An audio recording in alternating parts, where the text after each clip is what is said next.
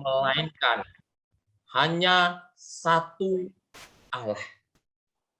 Jadi bahkan apa yang ditulis di Alkitab itu sendiri tidak mencukupi dalam kaitannya dengan nama Allah. Ada hal-hal yang mungkin tersembunyi dalam diri Allah yang tidak dinyatakan kepada manusia. Karena yang ditulis oleh manusia di dalam Alkitab itu sendiri juga menggambarkan tentang keterbatasan manusia. Sehingga menjadi terbatas. Jadi siapa yang memberi nama Allah? Menurut saya pribadi, ada dua oknum yang memberikan nama Allah itu. Yang pertama adalah Allah sendiri. Dalam Kejadian 17 ayat 1, kalau kita baca di sana, ya, nama-nama Allah tidak diberikan oleh manusia karena manusia tidak mengenal Allah. Supaya manusia mengenal Allah, maka Allah menyatakan dirinya kepada manusia. Nama-nama Allah diberikan oleh Allah sendiri sebagai penyataan diri. Dalam arti bahwa yang tersembunyi kemudian membukakan diri untuk diketahui dan dikenal oleh Allah. Karena manusia tidak mengenal Allah, maka Allah lah yang menyatakan diri. Selanjutnya, setelah Allah menyatakan diri, kemudian manusia juga akhirnya juga memberi nama tentang Allah. Seperti Allah disebut sebagai Allah Abraham, Allah Ishak, dan Allah Yakub. Yang memberikan nama ini adalah manusia. Nuh memberikan nama Allah Sem.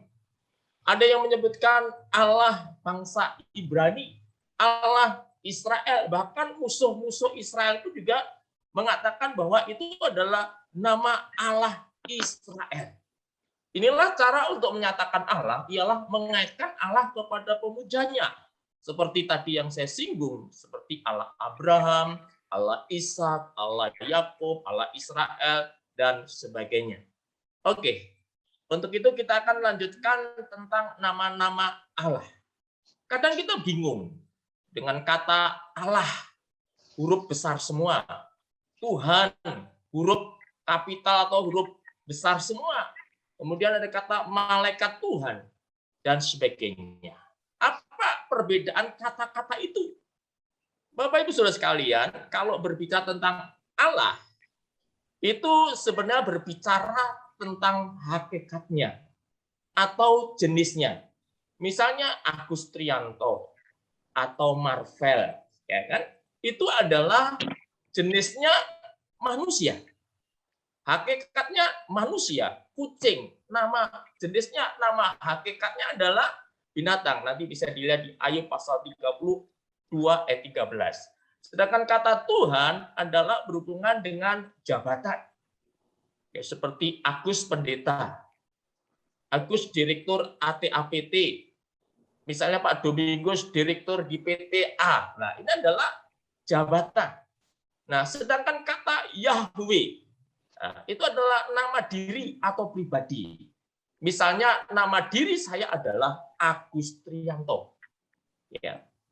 Jadi Agus hakikatnya manusia, jabatannya pendeta, nama diri adalah Agus Trianto. Berbeda dengan kata Elohim. Nah, Elohim ini bisa dipakai selain kata Allah. Namun kalau kata Yahweh umumnya adalah kata yang 100% dipakai, digunakan untuk kata Allah. Lalu bedanya apa antara Tuhan huruf besar, Tuhan T-nya adalah besar dan yang lainnya kecil, Allah semuanya huruf kapital, dan Allah hanya yang besar. Ya. Tuhan huruf kapital semua, Allah huruf kapital semua.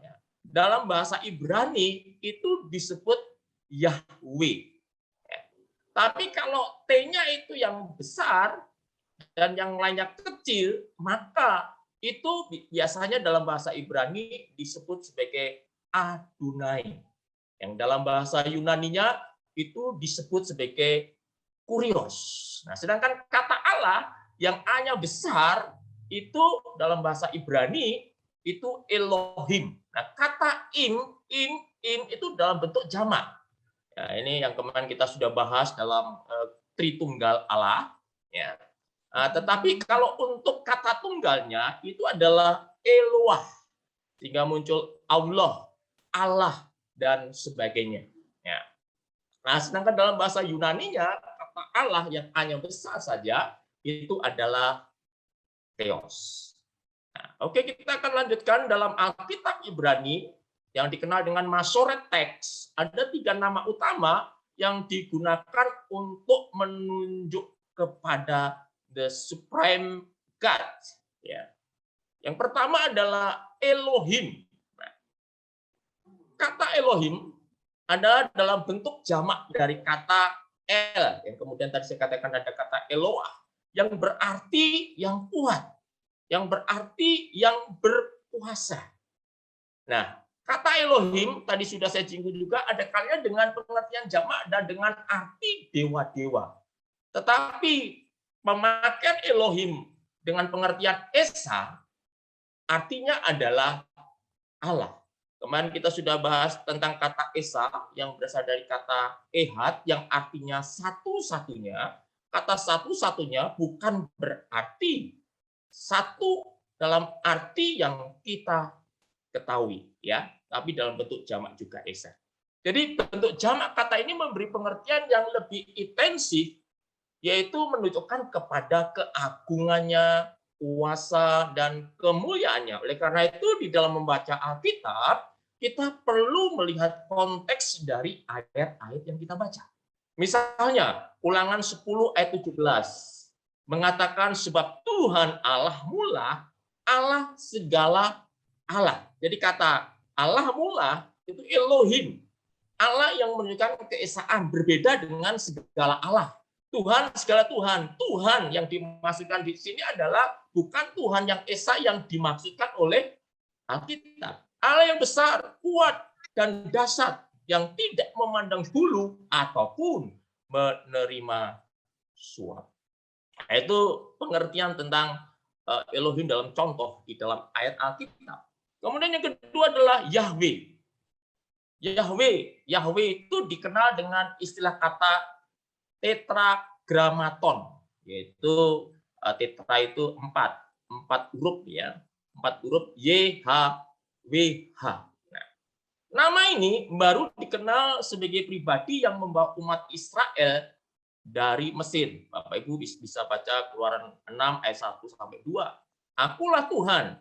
Ingat baik-baik, TUHAN dalam huruf besar semuanya itu sama dengan Allah yang sering kita sebut sebagai Yahweh. Aku telah menampakkan diri kepada Abraham, Ishak, dan Yakub sebagai Allah, El yang Maha Kuasa.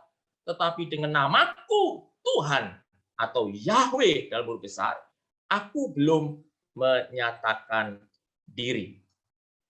Dalam bahasa Ibrani seringkali kata-kata itu ada kaitannya dengan Ehye, Eser, Ehye. Aku ada, aku akan ada yang aku ada. Atau aku akan menjadi yang aku akan menjadi. Artinya apa?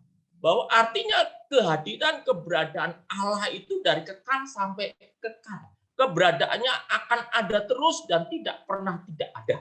Itulah keberadaan Allah. Dan nama ini menjadi nama yang sakral atau agung. Hukum dalam Imamat pasal 24 ayat 26 menjadi sangat ditakuti kata itu. Karena begitu takutnya orang Israel menyebut nama Yahweh itu dengan salah, maka mereka mengganti nama Adonai atau Elohim ketika membaca Alkitab orang Yahudi. Jadi mereka menjadi sangat takut kalau ketika ia menyebutkan kata itu salah, wah resikonya besar. Pemikiran mereka seperti itu. Nah, kita akan melihat kemudian tentang nama-nama gabungan yang dipakai dalam bentuk majemuk. Ya, itu ada YHWH dan sebagainya, itu kita baca Jehovah aja. Ya. Jehovah Jireh, Jehovah Nisi, Jehovah Salom, Jehovah Sabaoth, ya. Jehovah Makadeskem, ya. Yehova Roi, dan sebagainya. Nanti Bapak Ibu bisa baca artinya di situ ya. Kita juga perlu ketahui pada masa patriark sebenarnya nama El atau Elohim lah yang digunakan, dan baru pada masa keluaran nama Yahweh dinyatakan kepada Musa. Dengan demikian pandangan bahwa nama Yahweh adalah nama satu-satunya dari kekal sampai kekal itu tidak benar. Sehingga orang yang berpahaman seperti kemarin kita bahas dari gereja Yesus sejati ya, yang menekankan tentang kata Yahweh. Ya. Walaupun sebenarnya tidak salah kalau menyebut Allah sebagai Yahweh, tetapi kalau menyebut Allah saja itu salah lah. Ini adalah suatu pemikiran yang salah. Jadi sebelum kata Yahweh itu muncul, sesungguhnya kata Elohim lah yang mendahulunya. Nah, kemudian ada juga nama-nama gabungan yang disebut sebagai nama atribut El. El itu adalah Allah. El Sade, El Elyon ya, El Olam ya, El Roi yang artinya bisa kita lihat di dalam materi yang ada. Ya. Dan yang ketiga adalah kata Adonai. Ya, ada 3 tadi kan. Yang ketiga adalah Adonai. Adonai itu diterjemahkan sebagai Tuhan atau Tuhan. Beda dengan Yahweh yang diterjemahkan Tuhan huruf besar semua yang disebut sebagai Yahweh. Tapi kalau Adonai itu adalah Tuhan dalam arti T-nya yang besar. Dalam Perjanjian Lama sekitar 300 Adonai dipakai sebagai kata di depan Yahweh. Untuk mempermudah, maka Lembaga Alkitab Indonesia supaya tidak menimbulkan pengulangan, maka tidak diterjemahkan menjadi Tuhan T-nya kecil dan Tuhan T-U-H-A-N-nya huruf besar semua, tapi diterjemahkan dengan istilah kata Tuhan Allah, karena huruf kapital semua itu artinya sama dengan Allah atau Yahweh. Kemudian istilah Theos dan Kurios juga dipakai oleh para penulis Alkitab Perjanjian Baru, yang nanti kita akan bahas dalam babak terakhir tentang istilah kata Bapa juga, bagaimana nama-nama Allah dalam Perjanjian Baru. Kenapa Allah disebut sebagai Bapa? Apa alasannya? Nah, jadi kita bisa melihat di sini istilah Theos dan Kurios dipakai oleh para penulis Alkitab Perjanjian Baru yang ditulis dalam bahasa Yunani untuk menulis nama sesembahan mereka. Di kayu salib, Tuhan Yesus pernah memanggil nama Bapanya dengan berkata Eli atau Eloi. Eli atau Eloi lama sabachthani. Nah, kata yang dipakai di sini bukan menggunakan bahasa Ibrani, bukan menggunakan bahasa Yunani, namun memakai bahasa Aram. Atau I itu artinya ku, ya, Allahku, Allahku. Kalau jamaknya itu ot, susot misalnya, seperti kuda-kudanya atau kuda-kuda yang banyak begitu. Jadi I menunjukkan ku. Ya. Jadi saat itu Yesus berbicara dalam bahasa dialek lokal Aram, bukan bahasa Ibrani yang menyebut Tuhan sebagai El atau Elohim atau Yahweh. Berarti memanggil nama El atau Elohim dalam bahasa non-Ibrani dianggap wajar oleh Tuhan Yesus. Fakta bahwa Tuhan tidak menuliskan namanya dalam bahasa Ibrani saja menyadarkan kita bahwa rupanya terjemahan bahasa merupakan salah satu cara yang Tuhan pakai untuk menyebarluaskan firman-Nya, untuk dapat menjangkau jiwa-jiwa, untuk kerajaannya, untuk misi penginjilan dan sebagainya. Tampaknya tidak ada satu bahasa pun yang dipilih Tuhan sebagai bahasa resmi surgawi. Mungkin dengan maksud agar bahasa itu tidak didewa-dewakan. Kemudian bagian yang terakhir yang akan kita bahas adalah tentang manifestasi Allah. Tahukah kita sekalian bahwa Allah selalu mencoba untuk berkomunikasi dengan manusia lewat apapun. Seperti contohnya di Perjanjian Lama, Allah pernah menampakkan dirinya dan berkomunikasi dengan manusia dalam berbagai wujud. Dengan demikian menjadi jelas bahwa penampakan Allah kepada manusia tidak hanya melalui mimpi atau penglihatan saja, tetapi juga dengan penampakan diri secara langsung kepada manusia. Tidak hanya dalam Perjanjian Baru, di dalam Perjanjian Lama Allah banyak menampakkan dirinya dengan wujud-wujud tertentu. Kadang dalam bentuk suara, dalam bentuk penglihatan, namun Tuhan juga menyatakan diri dalam wujud tertentu untuk bisa berkomunikasi dengan manusia. Nah, penampakan diri Allah tersebut namanya adalah teofani. Theo itu Allah, dan panero dari kata pani atau panim, muka. Jadi arti kata teofani adalah penampakan diri pada Allah atau penampakan Allah ya kepada manusia. Ya, itu dari kata teofani. Tapi sifatnya biasanya sementara, penampakan Allah yang bersifat sementara. Maka sekali lagi teofania adalah penampakan Allah, a manifestation of God to the world. Ya. Jadi kita bisa tahu bahwa teofani itu merupakan bentuk perhatian dan kepedulian Allah bagi umatnya.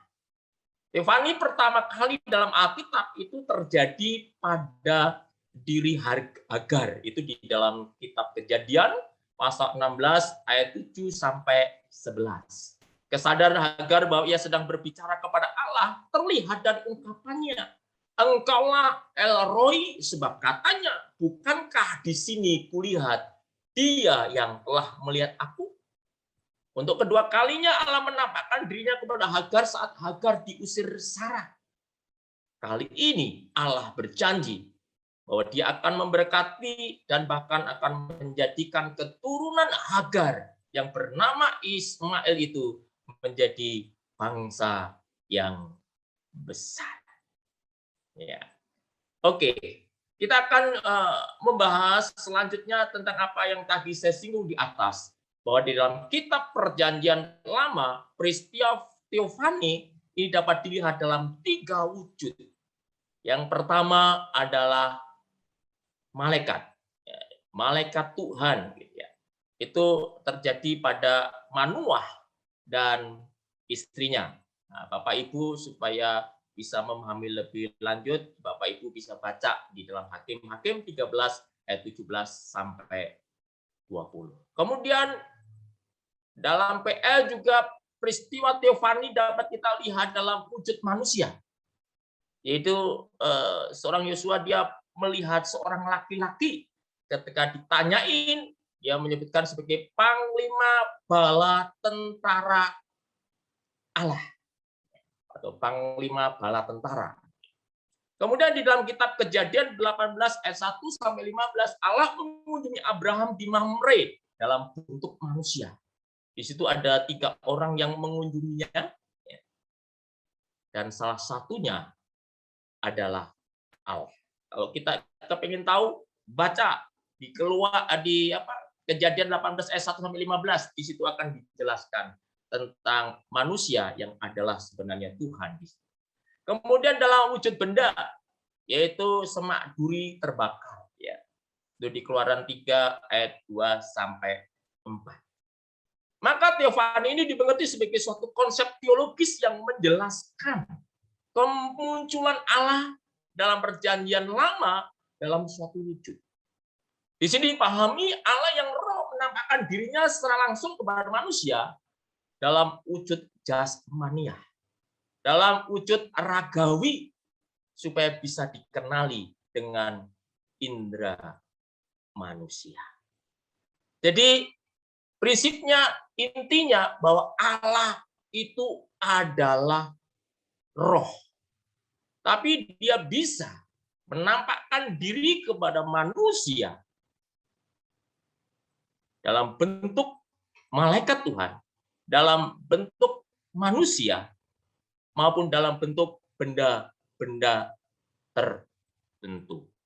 Seperti apa yang ditanyakan oleh Ibu Ida, Allah itu roh, tetapi kenapa Yesus kok disebut sebagai manusia? Walaupun dia juga disebut sebagai Allah. Memang utamanya kita bisa melihat sebelum Abraham ada, aku ada, kata Tuhan Yesus. Dalam kekekalan dalam bentuk roh. Tapi Allah ingin menyatakan dirinya kepada manusia dalam bentuk apa? Dalam bentuk manusia, yaitu dalam diri Yesus yang disebut sebagai inkarnasi. Kita akan belajar tentang Kristofani. Kristofani selama ini dimengerti sebagai penampakan Kristus sebelum Kristus menjadi manusia, yang dikenal dengan inkarnasi. Beberapa orang memahami praeksistensi Allah atau keberadaan anak Allah itu identik dengan pra-inkarnasi Kristus. Oke, Alkitab mencatat juga bahwa malaikat Tuhan atau malak Yahweh menampakkan diri kepada Abraham, Hagar, Musa, Yosua, Manoah, ayah Simson, dan beberapa orang lainnya ketika berhadapan dengan Musa. Malaikat Tuhan berkata, akulah Allah ayahmu, Allah Abraham, Allah Ishak, dan Allah Yakub. Siapakah malaikat Tuhan itu yang berkata kepada Musa? Ya.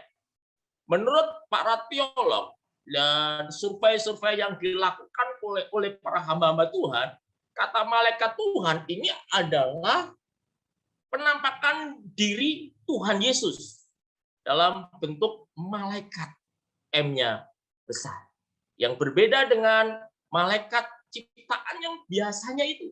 Ya. Jadi saat bertemu dengan Hagar, malaikat Tuhan berucap, aku akan buat sangat banyak keturunanmu, sehingga tidak dapat dihitung karena banyaknya. Jadi ingat bahwa kata malaikat Tuhan, M-nya besar, Tuhannya semua huruf kapital itu adalah penampakan diri yang dikenal dengan pra-inkarnasi Yesus. Yesus sudah ada dalam sejak kekekalan, yang dalam wujud roh.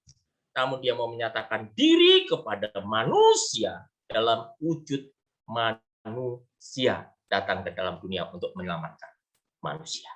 Abraham memanggilnya dengan sebutan Tuhan. Ya. Malaikat Tuhan juga lah yang menuntut orang Israel keluar dari Mesir menuju tanah Kanaan. Jadi beberapa fakta dari Alkitab tersebut mengindikasikan suatu fakta bahwa malaikat Tuhan bukanlah malaikat seperti pada umumnya. Kenapa demikian? Karena ia bertindak sebagai Tuhan sendiri. Bahkan dia mau disembah. Dalam teologi Kristen, malaikat Tuhan diindikasikan sebagai Kristofani. Ada penampakan, pewujudan dalam bentuk malaikat yang adalah sebenarnya Kristus. Jadi Alkitab mencatat sebelum Abraham ada, aku sudah ada. Itu kata Tuhan Yesus. Jadi jelas bahwa yang dimaksudkan malaikat Tuhan itu mengarah cenderung kepada Yesus. Kalau Tuhan Allah dikatakan menampakkan di dalam rupa malaikat atau malak Yahweh, bukan berarti Allah berubah menjadi malaikat. Ya. Tetapi Allah mengunjungi manusia secara langsung melalui rupa malaikat. Loh kok bisa? Ya bisa lah. Karena dia Tuhan. Dia tidak dibatasi oleh ruang dan waktu. Dia kekal. Dia bisa berbuat apa saja. Ya. Nah ini pentingnya untuk kita bisa memahami tentang Tuhan kita. Dalam hubungan dengan umatnya secara pribadi yang memakai sarana dan prasarana yang nampak agar dapat berkomunikasi secara aktual. Prinsipnya, Allah dapat mengambil bentuk, tetapi tidak terikat. Dan tidak boleh diikat dalam bentuk-bentuk apapun di dalam pengalaman orang percaya. Karena hakikatnya, dia adalah roh. yang tidak dibatasi oleh ruang dan waktu. Bahkan ruang dan waktu itu diciptakan oleh Allah. Puncak akhir dari teofani yaitu inkarnasi, sebab Allah itu datang sebagai manusia, bisa dilihat, bisa diraba, bisa didengar, dan dirasakan oleh semua indera manusia. Tinggal bersama-sama dengan manusia, hidup normal sebagaimana halnya manusia-manusia yang lain di dalam pertumbuhan kemanusiaan yang klasik. Kemudian kita akan belajar tentang nama-nama Allah dalam perjanjian baru. Saya akan percepat. Yang pertama adalah Theos. Theos itu bentuk yang setara dengan Elohim dalam perjanjian lama. Theos itu memiliki arti satu-satu Allah yang benar dan esa. Ia unik, yang benar, yang kudus, yang bijaksana. Ia jauh atau transenden sebagai pencipta, pemelihara alam semesta. Ia juru selamat yang mengutus anaknya menjadi penebus. Kemudian Kurios, nama eksplisit Allah seperti Yahweh dalam perjanjian lama artinya ada Alfa dan Omega. Yang dulu ada, yang sekarang ada, dan yang akan tetap ada, yang awal dan yang akhir. Arti kata ini menekankan supremasi atau otoritas sebagai Tuhan, sebagai Bapa, sebagai pemilik, sebagai penguasa, dan juga suami, atau juga bisa berarti berhala-berhala, dari kata Elohim yang tadi kita pelajari. Berhubungan dengan Allah, maka arti kata ini adalah menyatakan kuasanya dalam sejarah, dalam alam semesta, dan kekalikannya. Maka Kristus pun juga disebut sebagai Kurios, Tuhan. Juga disebut sebagai Rabi atau Tuhan. Pernyataan Thomas yang mengatakan, engkaulah Tuhan dan Allahku. Di sini kita melihat bahwa Yesus disebut dengan kesetaraan Allah di dalam perjanjian lama oleh orang Kristen mula-mula. Yang terakhir adalah Bapa atau Pater. Allah juga disebut dengan nama Bapa dalam perjanjian baru. Hal ini dihubungkan dengan sifat hubungan antara Allah dan bangsa Israel. Maka disebut dengan Israel. Dari kata is itu artinya orang atau umat. El itu adalah Allah. Jadi Israel itu artinya umat Allah. Jadi kalau disebut sebagai umat Allah menggambarkan tentang hubungan. Dalam banyak agama politeistik, satu atau lebih Tuhan dianggap sebagai pemimpin dan bapa dari semua Tuhan yang lainnya atau dari seluruh umat manusia. Misalnya ini, dalam agama Yunani kuno, Zeus adalah bapa yang tertinggi yang mempunyai sejumlah sifat kebapaan. Namun pada saat yang sama, ia mempunyai banyak hubungan di luar nikah dan mempunyai temperamen yang buruk walaupun mempunyai sifat kebapaan. Ini di agama Yunani. Bagi Yudaisme dan kekristenan, Allah disebut Bapa karena ia dianggap secara aktif mempunyai perhatian dalam urusan manusia.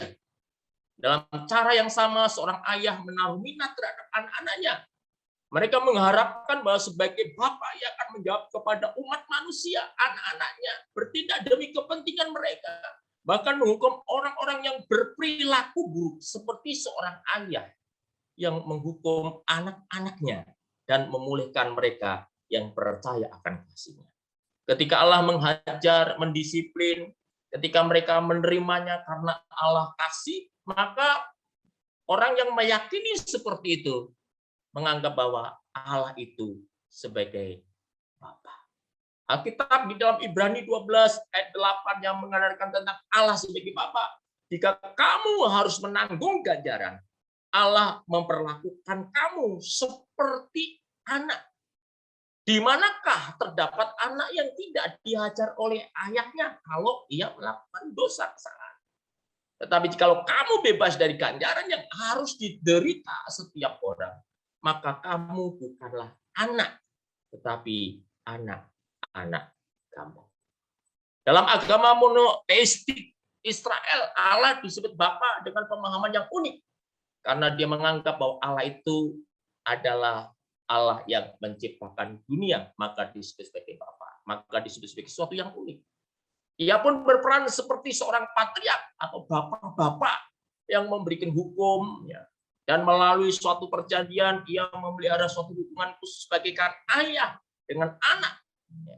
Ia memberikan mereka sahabat, mempercayakan kata-katanya dan warisannya yang unik dalam hal-hal yang berkaitan dengan Allah. Maka ia menyebut Israel itu sebagai anaknya yang sulung. Allah yang dipahami umat Yahudi sebagai peranan pelindung yang dimiliki seorang ayah. Ia disebut bapa dari mereka yang miskin, dari kaum yatim, dari para janda yang miskin, dari kaum marginal, pelindung dan penjamin keadilan.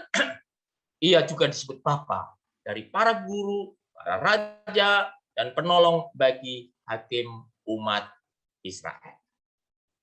Tapi sebenarnya kebiasaan menyapa Tuhan dengan bapa tidak eksklusif pada agama Kristen saja.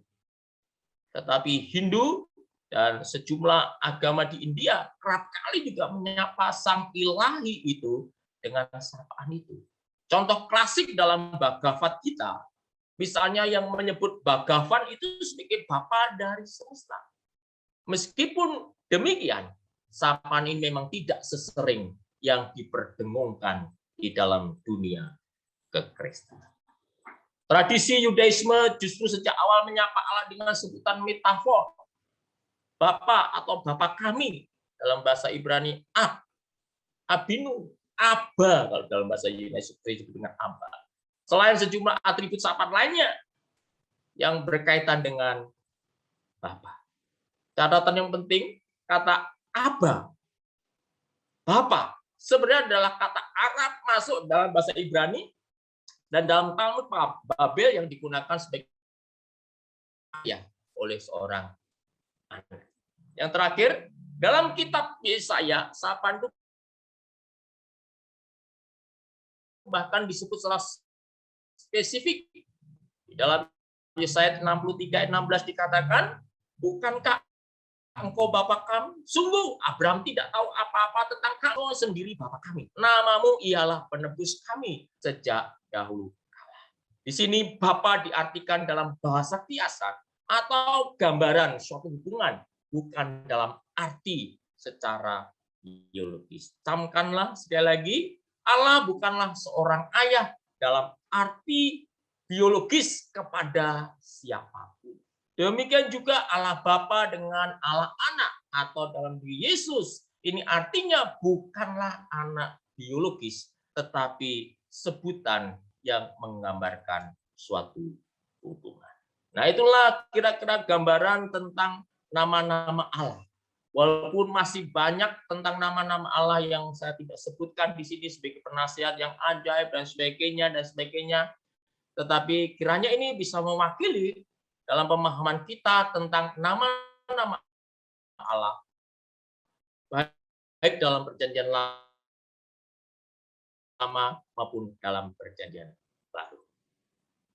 Demikianlah waktu dan tempat kami serahkan kepada Pak Boy